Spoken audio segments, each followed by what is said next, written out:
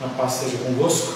Louvamos a Deus por mais esta oportunidade que Ele nos dá de estarmos na sua casa, buscando conhecimento, buscando entendimento, para que nós possamos viver segundo o seu querer e segundo a tua vontade. Oremos.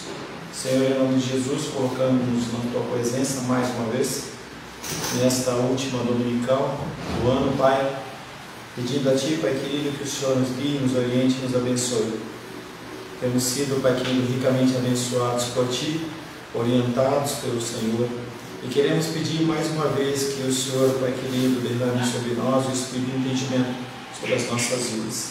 Nós possamos, Pai querido, ouvir a Tua voz, nós possamos ser edificados, Pai, possamos ser conformados à Tua figura, a figura de Cristo. Peço, Pai querido, em especial sobre a minha vida, a Tua capacitação, para que eu venha trazer, Pai querido, os ensinamentos segundo a Tua vontade, segundo o Teu querer. Oro em nome de Jesus. Amém. A paz. Amém. Seja convosco. Amém. Amém. Estamos aqui com o nosso ilustre visitante, outro Walter. Agora. Seja bem-vindo. Mais um peixe. Que ainda continua meio assim. Entendeu? A gente sabe pela história de cada um aqui que depois que foi fisgado, já era. Né? Estamos na nossa última escola dominical do ano. Agradecemos a Deus porque Ele permitiu que nós estivéssemos vindo domingo após domingo. Alguns vieram só no último domingo, mas não tem problema, né? As pessoas vão ser amadas do mesmo jeito. A redenção é para essas pessoas também. Tá? E estamos trabalhando o tema da teologia da alegria. E a gente não vai finalizar esse que a gente vai começar agora, que é a respeito do propósito de Deus na história da redenção. A gente muitas vezes pergunta por que Deus ele fez o que fez. E ele não ficou quietinho lá, Deus Filho, Deus Espírito Santo, na boa, entendeu? Sem ter problema com o capeta, sem ter problema com as ovelhas rebeldes que ficam andando no meio da dominical, essas coisas assim, né? Então, Deus perdoa. Quem não perdoa e não tem misericórdia sou eu. Só misericórdia. Então, eu ia até passar já para um novo tema, mas eu achei muito interessante. Inclusive, dei essa aula ontem, lá na Faculdade de Teologia. Então, está bem fresco na memória em relação ao que nós vamos tratar. Por que Deus criou toda essa história da redenção? No nosso primeiro encontro a respeito da teologia da alegria, nós falamos sobre o propósito final de Deus em tudo o que Ele faz, que é preservar e mostrar a sua glória. Sempre tratamos desse contexto, a gente sempre fala muito sobre a questão da glória de Deus. Muitas pessoas perguntam que glória é essa, como que funciona, mas a preocupação maior do Senhor e dentro do que nós vamos trabalhar aqui, para que Deus criou toda essa história, simplesmente para Ele ser glorificado. Nós falamos que a partir disso, Ele está em primeiro lugar em seus próprios sentimentos. E se nós pensarmos na condição humana, do ser humano, e nós pensarmos em nós mesmos, nós somos egoístas, nós somos pessoas que não pensamos no próximo, mas quando nós pensamos na situação, na condição da figura de Deus, Ele é o que coloca em primeiro lugar Ele mesmo, porque Ele agindo dessa forma, não só Ele preserva toda a criação, mas também preserva as nossas vidas. Ele, Deus, preserva e se alegra em sua glória acima de todas as coisas. Então, quando nós ouvimos a condição do evangelismo, muitas vezes a pessoa vem com conversa, Jesus te ama, Jesus te ama, Jesus te ama, e sempre o que a gente pensa é que o ser humano, ele está na cabeça da coisa mais importante de Deus, e na verdade o que está mais importante para Deus é a sua glória. Nós vamos ver vários textos em relação a isso. Esse tema traz evidências bíblicas para isso que eu estou falando. Esta é uma breve pesquisa dos pontos principais da história da redenção, investigando por que Deus faz o que faz, por que Deus age como Ele age. Primeiro, um comentário sobre a terminologia glória de Deus. Na Bíblia, o termo glória de Deus geralmente se refere ao esplendor visível, e nós podemos ver a glória de Deus. Romanos diz isso. Você olhar para o céu de Brasília, você olhar para um pássaro, olhar para uma fruta, olhar para uma flor, então naturalmente nós conseguimos ver a glória de Deus a partir dessa manifestação visível dele. Mas também temos a manifestação da glória de Deus através dos seus atributos morais. São coisas que Deus ele reflete através de vidas, através de pessoas, através de situações. E quando nós pensamos nessa beleza moral de Deus, nós temos que sempre pensar numa perfeição multiforme. O que é essa condição multiforme? Eu consigo dar amor a você ou ódio. Ou eu consigo não olhar ou dar atenção. Deus ele consegue ser tudo em todos os momentos. Ele consegue ser um Deus irado com você e mesmo assim agir de misericórdia. Então a brincadeira que eu fiz com o André aqui, ela é real para nós. Se alguém age ou faz de alguma maneira que a gente não gosta, mesmo que a gente goste da pessoa, a gente ataca. Deus ele se ira com o procedimento pecaminoso nosso, mas ele continua nos amando, na mesma medida. Qualquer coisa que você venha fazer, pensar ou falar, não vai diminuir o amor dele. O que é diferente em relação a nós, mesmo em relação à figura divina. Quando nós não recebemos de Deus aquilo que nós esperamos, que nós merecemos, ou achamos que vamos receber, nós nos afastamos do Senhor. Essa é uma regra do ser humano. No catolicismo romano, quando o cara faz a promessa lá para o Santo Antônio, São Pedro, sei lá, e aí quero casar, e não casa, aí pega o santo e vira de cabeça para baixo, como se você pudesse punir a entidade divina em relação ao seu pecado. Tá? Então Deus ele não tem essa condição de mutabilidade no seu amor. Uma tentativa de expressar com palavras o que não se pode ser contido com palavras também é uma definição de glória de Deus. Como definir a glória de Deus? O que nós conseguimos ver com os nossos olhos, a palavra de Deus diz que nem olhos viram, nem ouvidos ouviram o que Ele tem preparado aqueles para que são os seus. Então às vezes a gente fica fixo em bens, em situações, em coisas, em relacionamentos, e Deus fala, isso não é nada diante daquilo que eu vou proporcionar. E nosso coração e nossa mente não conseguem de maneira nenhuma imaginar o que vai ser isso. Não dá para a gente pensar, como vai ser essa glória?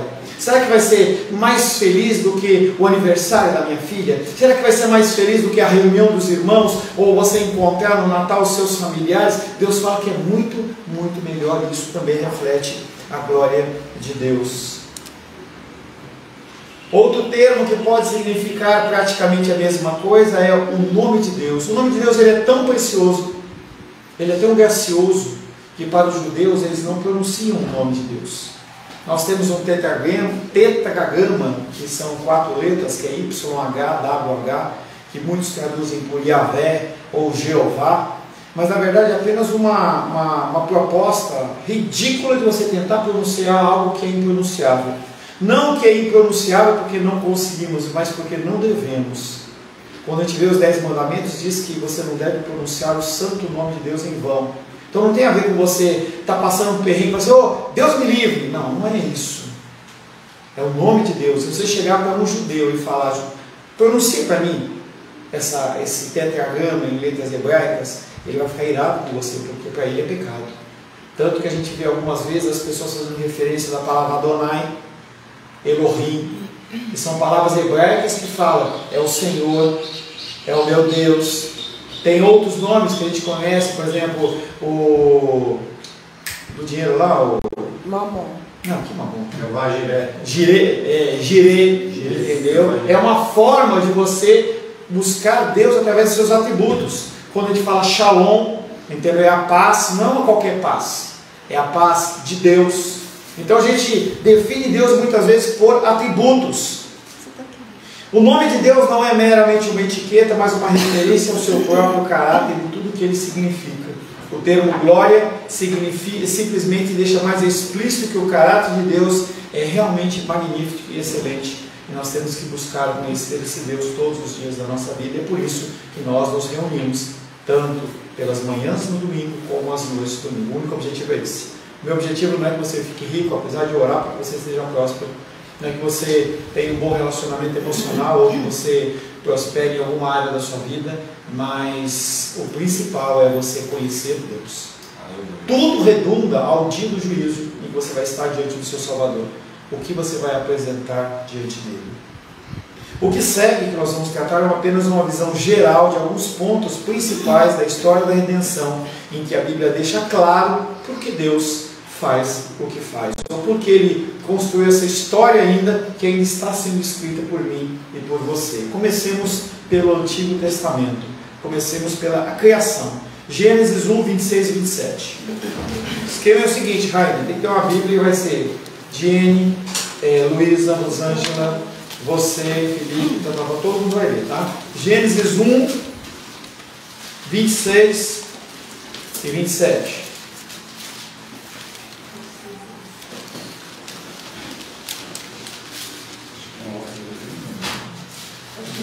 Por favor. Deus disse: façamos o homem à nossa imagem, segundo a nossa semelhança, e que eles submetam os peixes do mar, os pássaros do céu, os animais grandes, toda a terra e todos os animais, pequenos que rejeitam sobre a terra. Deus criou o homem à sua imagem, a imagem de Deus, Ele os criou. Criou-os macho e fêmea. Apesar de muitas pessoas nos dias de hoje dizerem: quanto mais eu conheço os seres humanos, mais eu prefiro ficar com os animais. A pérola da criação, o clímax da criação é o homem e a mulher. Tá?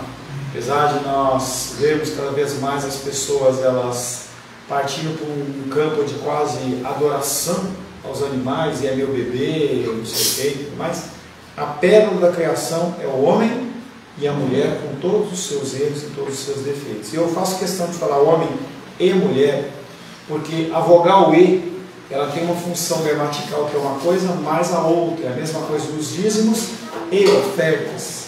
Então o Senhor ele coloca muitas vezes condições e questões juntas para dizer que é no mesmo nível. Quando nós vemos os ministérios apostólicos que falam pastores e mestres.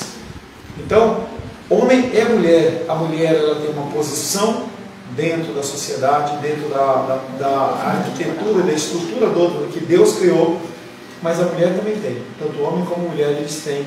E não é porque a mulher é mais fraca, é mais burra, ou porque não tem condições, não tem nada disso. Simplesmente é uma condição funcional que Deus determina para o bom andamento da sua construção. Uma outra coisa importante que nós temos é que ele fala sobre a condição de nós dominarmos sobre os peixes do mar, sobre as aves do céu, sobre os animais domésticos e sobre toda a terra e sobre todos os répteis que rastejam pela terra. A nós é dado o domínio sobre tudo, mas é um domínio que tem que ser um domínio consciente. Apesar de eu não indicar que você vá ser membro do Greenpeace e fica defendendo as baleias pelo resto do mundo, tem uma parte cultural que Deus exige que você tenha. Então você tem que saber como administrar os recursos que você tem, inclusive recursos finitos como a água. Apesar de nós abrirmos a nossa torneira e a gente vai deixar a torneira aberta por dias, horas e meses e não vai acabar nunca aquela água, a água é um recurso finito.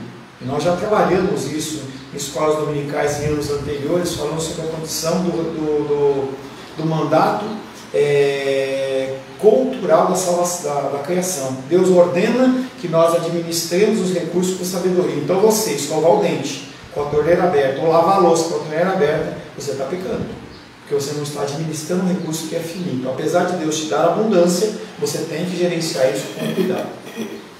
4 coisas têm que ser observadas nesse texto que a Diane leu. Primeiro, o ser humano foi criado como a última das obras de Deus e por isso é a criatura mais importante. Criatura porque todos são criaturas de Deus. A partir do momento em que Cristo morreu por você ou não, você deixa o status de criatura e passa para o status de filho. Segundo, apenas com relação ao ser humano se diz que ele foi feito à imagem de Deus. Nenhum ser na terra ele foi criado à imagem de Deus. Mesmo os macacos, mesmo o César lá do planeta dos macacos, mesmo ele que ele fala, que ele anda, que ele faz, mesmo, tá? Então o único ser que foi criado à imagem de Deus foi o ser humano. Terceiro, somente quando o ser humano está em cena como imagem de Deus, o escritor diz que a criação é muito boa. Gênesis 1:31. Viu Deus tudo quanto fizera, e eis que era muito bom. Houve tarde e manhã, o 6º dia. Apesar desse versículo ser um versículo pequeno e curto, eu quero que você entenda. Eis que, Gênesis capítulo 1, verso 31. Viu Deus tudo quanto fizera, e eis que era muito bom. Então o Senhor ele só traz a condição de que é bom após criar o homem. Mas antes disso ele tinha criado o quê? Planetas, galáxias, universos, o Sol, a Via Láctea inteira. Ele tinha criado os animais, tinha criado as ervas do campo, ele tinha criado todas as coisas. E ele olha para a criação, que é o ser humano, e ele fala: é bom. Então, apesar de nós sermos seres falsos, fracos, pecadores, Deus ele reputa sobre as nossas vidas um peso muito maior do que a criação de toda a galáxia. Por isso que as Escrituras dizem que uma vida vale mais que o mundo todo. Vale mais do que o mundo todo. Temos que cuidar sim da natureza, temos que cuidar do meio ambiente. Se você tem um animalzinho, cuide do animalzinho, mas a prioridade nunca foi a criatura, sempre foram os filhos. Por isso que ele diz: ame a Deus sobre todas as coisas e ao próximo como a ti mesmo. Essa condição de que nós já nos amamos demais, não há uma possibilidade de você se amar demais, você sempre está em primeiro lugar na sua vida, e aí Deus fala apenas para você refletir isso na vida dos outros. E quarto, ao ser humano é dado o domínio e a ordem de subjugar a terra. Primeiro, Gênesis 1, 28. Essa parte do domínio, Oi? domínio. Ao ser humano é dado o domínio e a ordem de subjugar e encher a terra. Gênesis 1, 28. E Deus os abençoou e lhes disse: sede fecundos, multiplicai-vos, enchei a terra e sujeitai-a, dominai sobre os peixes do mar, sobre as aves dos céus e sobre todo animal que rasteja pela terra. Qual o propósito do ser humano em tudo isso? Nessa linda história que o Senhor cria. De acordo com o texto, a criação foi feita para o ser humano. Deus, ele criou tudo que ele criou para nós. Quando Jesus está curando lá na sinagoga, no dia de sábado, aqueles homens olham e falam assim: nós temos de segunda, terça, quarta, quinta, sexta, por que você quer curar no sábado? E ele fala: o mundo, a criação, o sábado foi criado para o homem, e não o homem para o sábado. Então tudo que foi criado é bom, e com ações de graças devem ser recebido. E aí ele fala que tudo foi criado para nós, que é o que nós temos trabalhado em todo esse estudo de teologia da alegria, em que a gente começa a mostrar um Deus que ele é sobre todas as coisas, mas que ele tem alegria em nos servir, porque ele não é um Deus que precisa de alguém que construa alguma coisa para ele, porque ele não vive em templos feito por mão de homens, feito, construído por homens. A única religião que tem um Deus que gosta de servir é Deus. Ele se agrada em conceder a você alimento, vestuário, e você não precisa dar nada em troca. Nós fazemos o que fazemos por gratidão a esse Deus, mas tudo que você vier a fazer não vai mudar nada, porque o amor dele não é pautado em você, ele é pautado em Cristo. Porém, como Deus fez o ser humano semelhante a si mesmo, o ato do homem de dominar o mundo e enchê-lo equivale a mostrar Deus, apresentar a imagem dele. Por que se pede? Deus ordena que nós sejamos fiéis às Escrituras. Porque quando você vive segundo as Escrituras, você revela a Deus. Quando você vive segundo as Escrituras, você revela ao mundo a figura de Deus. Quando você pratica as coisas boas, você cala a pessoa daqueles que são os incrédulos, daqueles que são os ignorantes, através das suas boas ações. Boas ações não porque você é bom, mas porque a palavra comanda que você faça e você faz. Então o nosso objetivo aqui na terra é apresentar a Deus. O objetivo de Deus, portanto, era que o ser humano agisse de modo que espelhasse Deus, que tem o domínio supremo. Nós temos o domínio sobre essa terra. Romanos diz que a gente não devemos nos conformar a esse mundo. Ao contrário, nós devemos renovar através da mudança da nossa mente. E fazendo isso, nós vamos ter sobre nós a boa, agradável e perfeita vontade de Deus. E fazendo assim, as pessoas elas vão olhar para você e falar assim: eu quero esse Deus que você serve.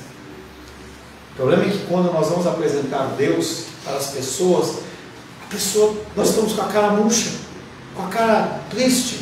Imagina você, entendeu? Vendendo alguma coisa, lá os meninos vendendo flores, e aí a pessoa olha para você, o Felipe fala assim: e aí, essa flor ela dura muito, hein, cara? Você vai comprar essa flor, ela vai murchar em 10 minutos. Não vai comprar. Fica com aquela cara de boa, você não vende. Se você não espelhar que ser cristão é muito bom, as pessoas elas não vão querer. A pessoa prefere ficar com o cristianismo, com a vida dela religiosa, do que querer esse cristianismo. Porque está vendo você na igreja, orando, pensando, fazendo isso, fazendo aquilo, e gemendo, triste, encabunhado, não acreditando em nada. O objetivo de Deus era que nós espelhássemos a figura de Deus. Ao ser humano é dada a posição elevada de portador da imagem de Deus, não para que ficasse arrogante e autônomo, que é uma das primeiras coisas que eu falo para vocês. Nunca sejam soberbos com as pessoas que não conhecem a teologia que nós pregamos. Nunca. Sempre tenha nos seus olhos um olhar de humildade, sabendo que tudo que você tem não provém de você, mas provém do próprio Deus. Então, todos nós aqui, sem exceção, nós trilhamos o mesmo caminho. Um caminho que a gente vinha de uma igreja, entendeu, que não professava uma fé racional, e aí nós vimos caminhando, e o Senhor ele vem construindo, derramando graça e construindo nas nossas vidas o que nós conhecemos e sabemos o que é hoje. Então Ele derrama na nossa vida, não para que a gente fique nem arrogante nem autônomo. Aí eu me viro, eu não preciso de ninguém. Nós precisamos sim. Que foi exatamente a condição de Adão e Eva. Eles acharam que eles eram suficientes e não precisavam de Deus. Mas Deus faz tudo para que nós refletíssemos a glória dele, cuja imagem nós trazemos em nós. No Antigo Testamento ele já trazia a imagem de Deus, e hoje, com o Espírito Santo habitando dentro do nosso coração, nós carregamos mais ainda a imagem de Deus. Nós temos a faculdade de falarmos, pedirmos para Deus, e o Espírito Santo nos capacitar naquele momento as palavras que nós devemos dizer em qualquer situação. Em qualquer situação. E é por isso, é nesse pensamento, que eu ouso estar diante de vocês. Porque eu não tenho capacitação para nada. Mas conforme você vai falando, o Senhor vai te capacitando e você vai continuar falando, e vai falando, e Ele traz exemplos e é uma coisa linda e maravilhosa. Ao ser humano é dada uma posição elevada de portador da imagem. O propósito de Deus na criação, portanto, era encher a terra com a sua glória. E aí, entenda que eu vou falar de uma regra, mas há exceções. A regra é: se você se relaciona com um homem ou se relaciona com uma mulher em casamento, você tem que gerar filhos. Porque o Senhor ele disse que nós temos que povoar a terra. Tá? Seja fecundo. É claro que há pessoas que são separadas para ministérios, são pessoas que são eunucos, entendeu? Fisicamente, ou eunucos porque decidiram ser. Então há essa condição. Mas a regra é que se você é casado, você gere filhos. Porque quando você, na sua imagem como homem, glorifica a Deus, e você é casado com uma mulher que também glorifica a Deus, e você gera uma criança, aquela criança ela também tem a tendência muito grande de glorificar ao Senhor. Que é exatamente a figura de Josué, que nós já falamos algumas vezes. Ele está lá no fim do livro de Josué, exortando aqueles homens, aquelas mulheres, e eles falam que vão servir a palavra, e ele fala: vocês não vão servir coisa nenhuma, vocês vão servir outros deuses, mas eu e a minha casa serviremos ao Senhor. Eles vão ver como eu vivo. A minha esposa vai ver como eu sou temente a Deus. Os meus filhos vão ver como eu penso e como eu ajo. E a partir do meu exemplo, eles vão seguir os caminhos do Senhor. Essa é a grande ideia. Números 14, 21. E qual a exceção? Minha querida. Qual a exceção? Não, há pessoas, eu estou dizendo a exceção, há pessoas que não casam e há pessoas que estão casadas e não geram, às vezes um problema físico, alguma coisa. Às vezes a pessoa ela pode ser separada de um ministério específico, entendeu? E às vezes a pessoa não nasce uma mulher estéril, então tem possibilidades. Mas a regra é: homens casados, homens e mulheres casados legitimamente, em regra, devem gerar já gerará filhos. Números 14, 21.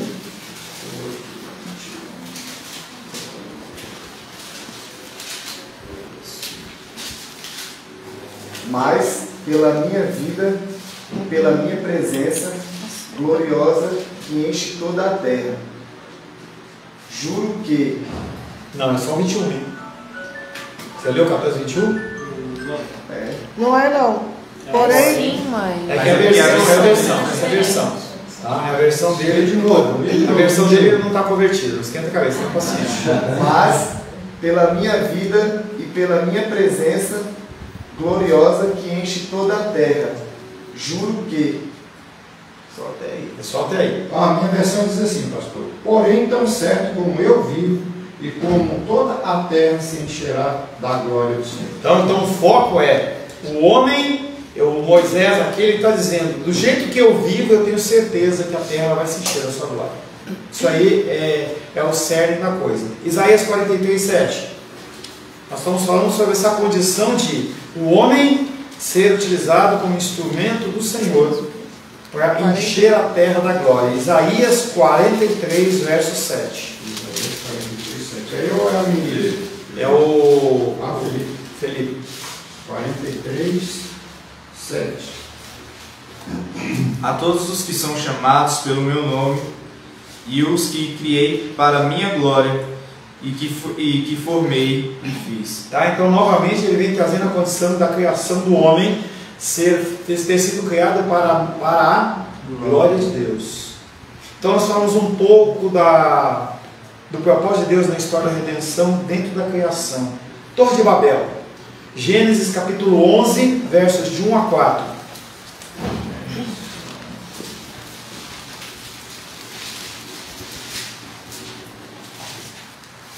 Pode perguntar, viu, Rainer? Não é culto não, tá? Pode levantar a mão para guardar. Gênesis capítulo 11, verso 1 a 4. Menise? Gênesis, achou? Primeiro livro? 11, 1 a 4. Ora, em toda a terra havia apenas uma linguagem e uma só maneira de falar.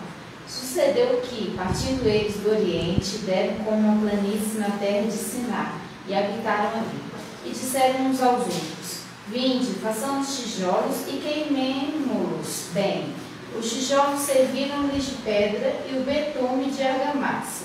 Disseram: vinde, edifiquemos para nós uma cidade, uma torre, cujo tope chegue até aos céus, e tornemo-nos célebre o nosso nome, para que não sejamos espalhados por toda a terra. Construamos uma torre para que o nosso nome seja conhecido. O propósito da história é mostrar como o ser humano caído pensava e ainda pensa. É a condição do ser humano construindo algo para que ele seja exaltado.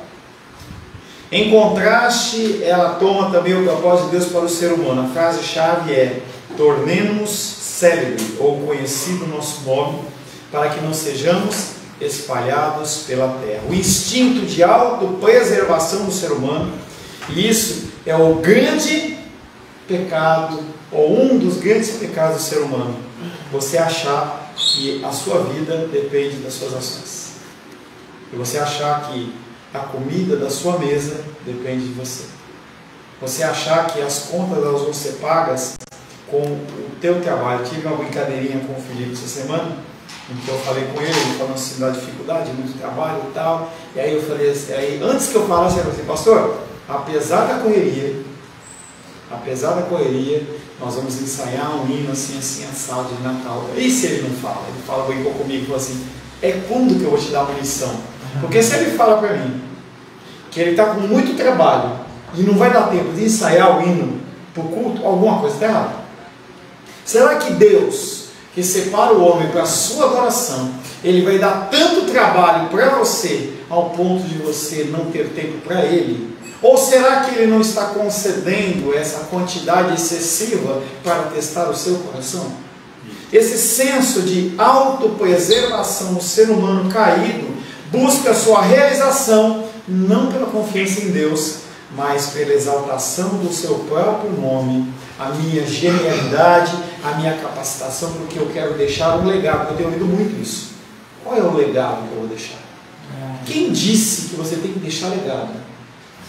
Quem disse que você tem que ter um banquinho com o teu nome lá? Nicolas da Silva. Quem disse que você tem que ter uma companhia aérea? Quem disse essas coisas?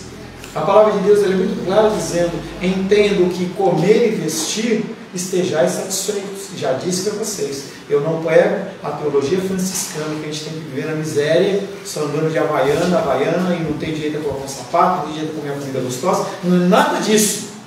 Mas aonde está a nossa confiança, onde está a nossa certeza? Isso é o problema. É aquilo que eu sempre falo para vocês: você pode ter uma reserva financeira? Tenha. Se você pode ter uma aplicação, faça. Se você pode ter um plano de saúde, um seguro, se você pode ter uma previdência privada para os tempos para frente, tenha. Mas o foco não é esse. Não coloque toda a sua força e sua energia nisso. O senso de autopreservação do ser humano trata dessa forma: eu não consigo, eu não preciso de Deus, eu tenho que eu me garantir. Eu só vou levar coisas muito preocupantes ou muito sérias para Deus. Ele não fala isso. Ele fala que todo fardo pesado tem que ser colocado sobre os seus ombros. E aí ele te dá um fardo leve. Então quando você acha que você tem que virar, e nós temos quebrado esse conceito nas nossas vidas aqui da igreja, em especial, por exemplo, no dia do domingo, pelo menos na maioria dos casos, não trabalhar. Confiar que Deus está no controle, e que se Deus ele não abençoar segunda, terça, quarta, quinta, sexta, sábado, não adianta você trabalhar 24 horas que você não vai resolver nada. Talvez resolva momentaneamente, mas grande chance de você perder o teu coração, se afastar da sua fé, ou pode até perder a sua família. Muitas vezes, com esse senso de autopreservação, nós recorremos à nossa própria genialidade para tornar o nosso nome como conhecido. Isso contraria o propósito de Deus para o ser humano, e por isso, no caso do Torre de Babel, o que ele fez? Frustrou. Os homens estavam lá construindo a torre, a gente não tem noção de qual que era a altura. Isso é claro que quando ele fala chegar aos céus, não é chegar no topo, não há essa possibilidade. A engenharia, nem nos dias de hoje, consegue fazer isso. Mas era uma torre que era o mais alta possível. E Deus faz o quê? Frustra. Aqueles homens que falavam apenas uma língua, começam a falar alemão, outro inglês, outro japonês, e ninguém entende mais nada uns dos outros. Deus frustrou esse esforço, e desde então tem frustrado, às vezes mais e às vezes menos, e muitas vezes, quando você tenta fazer coisas para você ter o seu nome conhecido, Deus ele frustra a tua torre de Babel. Aleluia. E aí você, aleluias agora, né? Vai na hora que acontecer a coisa, né? Você está falando já comigo. Hã? Eu sei, eu estou só interagindo, entendeu? Às vezes a gente cria os nossos planos e não consulta Deus. Eu não sei com quem eu falei essa semana, em que a gente faz o plano, foi com o Nicolas, faz o plano, toma a decisão e depois pede para Deus abençoar. Não funciona dessa maneira, nunca funciona dessa maneira. Se você criar planos sem o consultar, a glória é toda sua, e ele não divide a glória dele com ninguém. Sabe o que vai acontecer com o seu plano? Vai dar bravo. Vai frustrar, vai frustrar sobre isso. Ou vai ser Jonas. Ou vai ser Jonas. Ou então, pior ainda, vai dar certo, sem a bênção dele. E aí ele deixa você ir, e você vai morrer em algum lugar, bem longe dele. Em Eclesiastes 12, fala assim que de tudo que se tem ouvido, a súmula é: teme a Deus e guarde os seus mandamentos, porque isso é o dever de todo homem. O propósito de Deus é receber o crédito pela grandeza do ser humano, em que esse dependesse dele. É por isso que todo plano nasce no joelho. Todo plano nasce no joelho. Não há decisão rápida o suficiente, necessário e urgente o suficiente que não dê tempo de você ajoelhar e perguntar: Deus, o que eu faço? Eu devo ir? Não devo ir? Quando a gente vê o exemplo do povo de Israel depois de sair do Egito, o que acontecia quando a coluna de nuvem parava? Eles paravam. Por quanto tempo? Até a coluna de nuvem. E por que a gente continua fazendo o que nós fazemos? Deus não se move e você faz o que você faz porque você acha que tem que fazer. Você vai se frustrar. Você vai se frustrar. Falta de acreditar mesmo que ele vai responder, né? Mas está quase acontecendo. É o último momento. Se não for agora, não dá certo. 4 minutos para acabar o jogo. Espera. Entenda que as oportunidades elas ocorrem, mas nenhuma oportunidade ela é urgente o suficiente que você não possa esperar o ok de Deus. Não existe. Não existe. Faça o que for possível, tá? Então, por exemplo, eu não tenho desejo que a minha filha estude na UNB. Pelos relatos que a gente vê das pessoas e tudo mais, pessoas que se perdem, mas isso não quer dizer que ela não fez o passe. Então ela está com essa carta na mão. Se a gente decidir que ela vai fazer, ela tem essa oportunidade.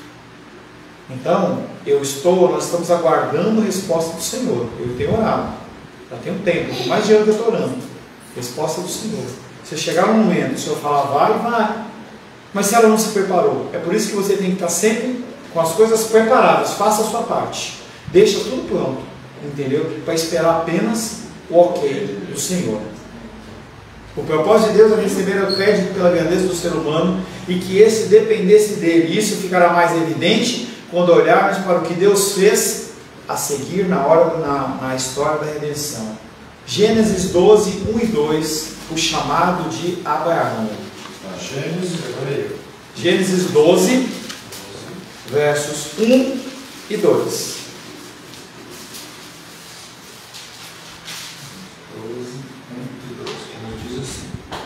Ora, disse o Senhor a Abraão, sai da... De novo, você leu errado. Tá certo. Não, está errado. Disse o Senhor a Abraão. Abraão, sim. não é Abraão ainda. Ora, disse o Senhor a Abraão, sai da tua terra, da tua parentela e da casa do teu pai, e vai para a terra que eu te mostrarei. De ti farei uma grande nação, e te abençoarei, e te engrandecerei o nome. Sê tu uma bênção. Olha, pega o lenço lá em cima do rolo livro. Não tem nada a ver com o lenço do rolo livro. Não tem nada a ver. Tá? Se você começar, depois você faz uma leitura corrida da Bíblia, você começa a parar em versículos como esse e tenta montar essas histórias na sua cabeça. Eu gosto de fazer isso. Antes de Gênesis 12, o que aconteceu?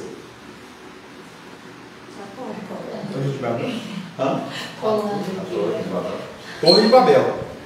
Então a gente vê um contexto de confusão. Adorava-se o nome do Senhor ali? Não. Vira-se a página, é claro que não é cronológico, tipo uma sequência da outra, mas ora disse o Senhor a Abraão. Tem adoração a Deus nesse tempo de Abraão? Ora disse o Senhor a Abraão, sai da tua terra. Ele falou para ele, tem que ir. Não. Sai da tua terra, sai da tua parentela e da casa do teu pai. Aquela família era rica? Muito. Segunda Bíblia. Você já viu os filmes de faroeste? Em que, o filme de faroeste, aqueles medieval, em que é a família fulano, aí os caras com chapelão, o negócio domina, entendeu? Tipo, a família paraíso, entendeu?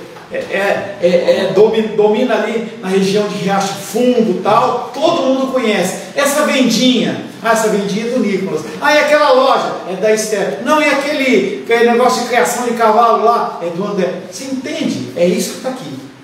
Ele está falando de uma região que não adorava a Deus. Um homem que estava inserido nesse contexto. E Deus fala para ele: sai da tua terra, da tua parentela e da casa do teu pai, vai para a terra que eu te mostrarei. Naquele momento, sem ler o 2, o que ele fez? Ele despediu? Provavelmente ele despediu. Eu acho que sim, né? As pessoas começaram a ver a movimentação ali, porque o cara tinha gado, o cara tinha terra. Ele não simplesmente levantou, pelo menos a Bíblia não diz isso. Então, o que parece para mim é que ele chegou, por exemplo, o pai dele ou o irmão dele e falou: estou indo embora. Está indo embora para onde? Não sei.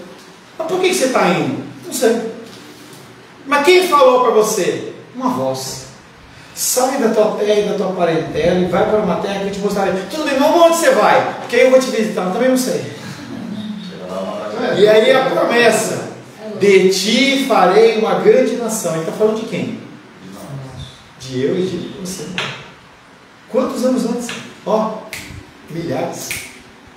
De ti farei uma grande nação e te abençoarei, e te engrandecerei o nome, se tu uma bênção. E aí a ordenança de Deus para aquele homem que não era cristão, não era judeu, não era nada: se tu uma bênção. Bênção para quem? Para o próximo. É para ele? Não é. Quando a gente pensa lá no fruto do Espírito, na manifestação do amor, é para você? A menos que seja a música lá do eu me amo, não. É em relação ao outro. A manifestação da alegria, longanimidade. Você é paciente, é com você? Não, é com o próximo.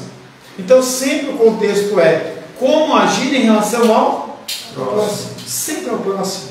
Nesse que é um dos pontos essenciais da maneira de Deus lidar com a raça humana, ele chama Abraão e começa a tratar com o povo.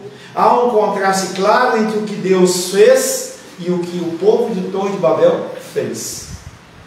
Ele está falando para aquele povo da Torre de Babel que eles não devem construir uma torre para o seu próprio regozijo, sua própria alegria. E Abraão está fazendo o quê? Ele vai construir o quê? Altares de adoração ao Senhor o tempo inteiro. Se você continuar lendo o contexto de Abraão 12, você vai ver que Abraão ele dá 2 passos e cria um altar de adoração ao Senhor. É como ele achou que era. Podia ser até uma adoração pagã, mas era a forma que ele tinha. Tudo que ele fazia era tudo diante do Senhor, e tudo ele adorava ao Senhor, e ele consagrava ao Senhor. Então se ele acordasse e ele via que ele estava vivo, ele ia lá e ele fazia um altar: Senhor, eu te agradeço porque eu estou vivo, eu te agradeço pelo alimento, eu te agradeço por isso. É algo que nós temos perdido nas nossas vidas, e nós temos olhado muito mais para os nossos umbigos, e aí com a falta de ação de graças a gente reclama, a gente murmura. Nós não temos noção do que é viver a parte do que nós vivemos. De ter um carro, ter alimento, ter vestuário, ter um ventilador, ter luz elétrica. A gente não tem noção do que é isso. Nós somos cristãos muito fracos, muito simplistas, muito superficiais. Se pegasse qualquer um de nós e colocasse no contexto lá da China, Oriente Médio, Afeganistão, aí a gente ia ver. Se a gente pudesse fazer um estágio de 30 dias num lugar desse, e a gente conseguisse voltar vivo, a gente ia ter uma outra forma de pensar. Será que se você tivesse a vida que os cristãos da igreja perseguida têm, você ia voltar e ia se preocupar com as coisas que você se preocupa com tanta veemência? Você, eu e você. Abraão, há um contraste claro entre o que Deus diz aqui e o que aconteceu na Torre de Babel. Deus diz que ele tornará grande o nome de Abraão, em contraste direto com 11:4, em que ele frustra aquela condição da Torre de Babel, em que o ser humano quis engrandecer o seu próprio nome. A diferença principal é esta: quando o ser humano se propõe a tornar famoso o seu próprio nome, ele recebe o crédito e não dá a glória a Deus. Mas quando Deus se propõe a tornar uma pessoa famosa, a única resposta apropriada é a confiança e a gratidão por parte da pessoa que devolve a Deus a glória que ele pertence. O que é a devolução do dízimo e a entrega da oferta, senão o reconhecimento de que quem fez o que fez por você foi Deus e não o seu verso.